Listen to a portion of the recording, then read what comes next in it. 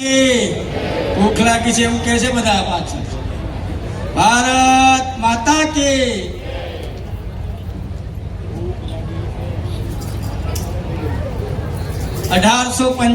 માં ઝારખંડની ધરતી ઉપર આદિવાસી પરિવારના એક ગરીબ આદિવાસી પરિવારના ઘરે જન્મેલ શ્રી ભગવાન બિરસા મુંડા જેની 150મી જન્મ જયંતિ નિમિત્તે સમગ્ર ભારતમાં એક ખુશીનો માહોલ ઉજવાઈ રહ્યો છે.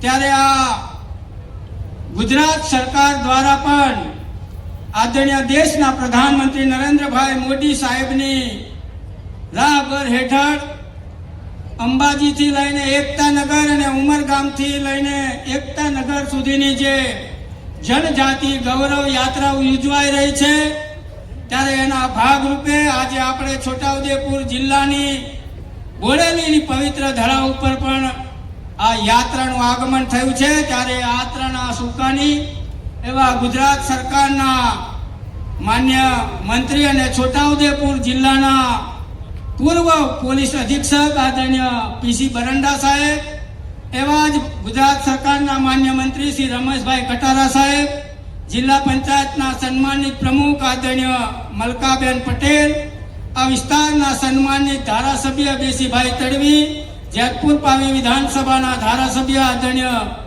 જયંતિભાઈ રાઠવા, છોટાઉદેપુર વિધાનસભાના સન્માનિત ધારાસભ્ય આદરણીય રાજેન્દ્રસિંહ રાઠવા, જિલ્લાના સમાહર્તા એવા આદરણીય કલેક્ટર શ્રી ગાર્ગી મેડમ, આપણા જિલ્લા વિકાસ અધિકારી શ્રી સચિન કુમારજી, આપણા છોટાઉદેપુર લોકસભા મત વિસ્તારના પૂર્વ સાંસદ અને ભારત સરકારના પૂર્વ રેલ રાજ્યમંત્રી આદરણીય નારાયણભાઈ રાઠવા, આપણા સૌના વડીલ અને ભારતની અંદર છોટાઉદેપુર લોકસભાનું સૌથી વધુ સમય નેતૃત્વ કરતા એવા પૂર્વ સાંસદ આદરણીય રામસિંહભાઈ રાઠવા, આપણા પૂર્વ સાંસદ આદરણીય ગીતાબેન રાઠવા, પ્રાઇડના વહીવટદાર શ્રી, આપણે જેમને આપણા જિલ્લા ભારતીય જનતા પાર્ટીના અધ્યક્ષ ઉમેશભાઈ રાઠવા, જેમની આગેવાની હેઠળ આદિવાસી યાત્રા આગળ વધી રહી છે, એવા પ્રદેશ આદિજાતિ મોરચાના મહામંત્રી શ્રી અભિષેક મેળાજી, તાલુકા પંચાયતના સન્માનિત પ્રમુખશ્રીઓ, જિલ્લા પંચાયતના સૌ સન્માનિત હોદ્દેદારો અને આ યાત્રા સાથે જેમણે સતત 7 તારીખથી આ યાત્રાની સેવા આપી રહ્યા છે, એવા પ્રદેશના આદિજાતિ મોરચાના ઉપપ્રમુખ રમેશભાઈ ભાભોર, ગોવિંદભાઈ રાઠવા, નિલેશભાઈ ગુમડિયાજી, કેવલભાઈ જોશિયારા, જયદીપભાઈ રાઠોડ, મુકેશભાઈ રાઠવા, રઘુવીરસિંહ ધામા, આરજે પાંડોર, બળવંતસિંહભાઈ, ઉપસ્થિત સૌ મંચસ્થ આદરણીય મહાનુભાવો, પ્રેસ મીડિયાના મિત્રો અને સૌ આદરણીય વડીલો, માતાઓ, ભાઈઓ, બહેનો, યુવાન સાથીઓ અને સૌ માનવતા મારા આગેવાનો મિત્રો, આમ તો આ યાત્રા કાઢવાનું મુખ્ય કારણ છે કે આ દેશના વડાપ્રધાન આદરણીય નરેન્દ્રભાઈ મોદી સાહેબ સાચા અર્થમાં આદિવાસીઓની કોઈ ચિંતા કરી હોય, આદિવાસીઓના કોઈ મસીહા હોય તો આ દેશના વડાપ્રધાન આદરણીય નરેન્દ્રભાઈ મોદી સાહેબ છે.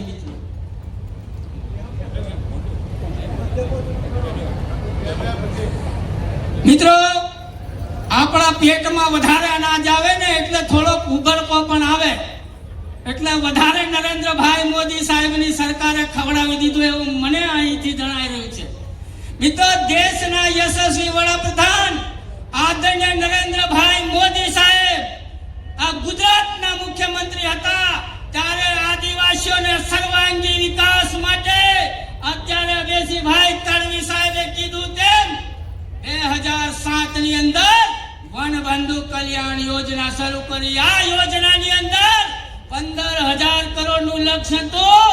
17,000 કરોડ રૂપિયા વાપરવાનું કામ કોઈ કર્યું હોય તો જે તે વખતના મુખ્યમંત્રી અને દેશના વડાપ્રધાન નરેન્દ્રભાઈ મોદી સાહેબે કર્યું છે. બીજા ફેસની વાત કરીએ, વનબંધુ કલ્યાણ યોજના, એની અંદર ગુજરાતના 5 વર્ષમાં 40,000 કરોડ રૂપિયા વાપરવાનું કામ અને આ દેશની અંદર ઉમરગામથી લઈને અંબાજી સુધીના પૂર્વ આદિવાસી વિસ્તારની અંદર જે શાળાઓ બનાવવામાં આવી, માધ્યમિક શાળાઓ બનાવવામાં આવી, ઉચ્ચતર માધ્યમિક શાળાઓ બનાવવામાં આવી, આ વનબંધુ યોજના કલ્યાણની અંદર બનાવવાનું કામ આ દેશના વડાપ્રધાન નરેન્દ્રભાઈ મોદી સાહેબે કર્યું છે. ભગવાન બિરસા મુંડાનો જન્મ 1875 માં થયો હતો. ભૂતકાળની અંદર દેશને આઝાદ થયે આ 78 વર્ષ વીત્યા. દેશમાં કોઈને ખબર નથી કે આદિવાસી યોદ્ધા જે જળ, જંગલ અને જમીન માટે અંગ્રેજો સામે લડાઈ કરી અને એનું માન સન્માન આપવાનું કોઈ કામ કર્યું હોય તો આ દેશના વડાપ્રધાન નરેન્દ્રભાઈ મોદી સાહેબે કર્યું છે. 15મી નવેમ્બર ભગવાન બિરસા મુંડાની જન્મ જયંતિ, એના એ દિવસને જનજાતિ ગૌરવ દિવસ તરીકે ઉજવવાનું જો કોઈ શરૂઆત કર્યા હોય તો દેશના યશસ્વી વડાપ્રધાન નરેન્દ્રભાઈ મોદી સાહેબે કરી છે. મિત્રો, આગળ આપણને ઘણી બધી વાતો કરવાના છે, પણ આદિવાસીઓના ઉત્કર્ષ માટે, આદિવાસીઓના ઉત્થાન માટે, આદિવાસીઓના વિકાસ માટે નરેન્દ્રભાઈએ અલાયદી યોજના બનાવી અને ધરતી આંબા ગામ ઉત્કર્ષ યોજના હેઠળ દરેક ગામડાઓનો સર્વાંગી વિકાસ થાય એના માટે સરકારના પ્રયત્નો છે. અને કેટલાક લોકો પાછા અહીંયા આદિવાસીઓના મસીહા બનીને આવે છે. તો એ મિત્રોને કહેવા માંગુ છું કે તમે તમારા 2-3 વર્ષની અંદર શું કરી બતાવ્યું. નરેન્દ્રભાઈ છેલ્લા 2001 થી આ દેશના પહેલા 15 વર્ષ મુખ્યમંત્રી તરીકે, 11 વર્ષથી દેશના વડાપ્રધાન તરીકે આદિવાસીઓની સેવાનું કામ કરી રહ્યા છે. આ આદિવાસીઓના મસીહા છે. મિત્રો, આજના તબક્કે આપ સૌને મારે ખૂબ કહેવું છે, પણ આપણે માન્ય મંત્રીશ્રીઓને પણ સાંભળવાના છે. ત્યારે આપ સૌ આ યાત્રાનું ઉમળકાભેર સ્વાગત કર્યું તે બદલ આભાર માનું છું અને 150મી ભગવાન બિરસા મુંડાની જન્મ જયંતિ નિમિત્તે ખૂબ ખૂબ શુભેચ્છાઓ. વંદે માતરમ, ભારત માતા. ખૂબ ખૂબ આભાર માન્ય સાંસદ શ્રી.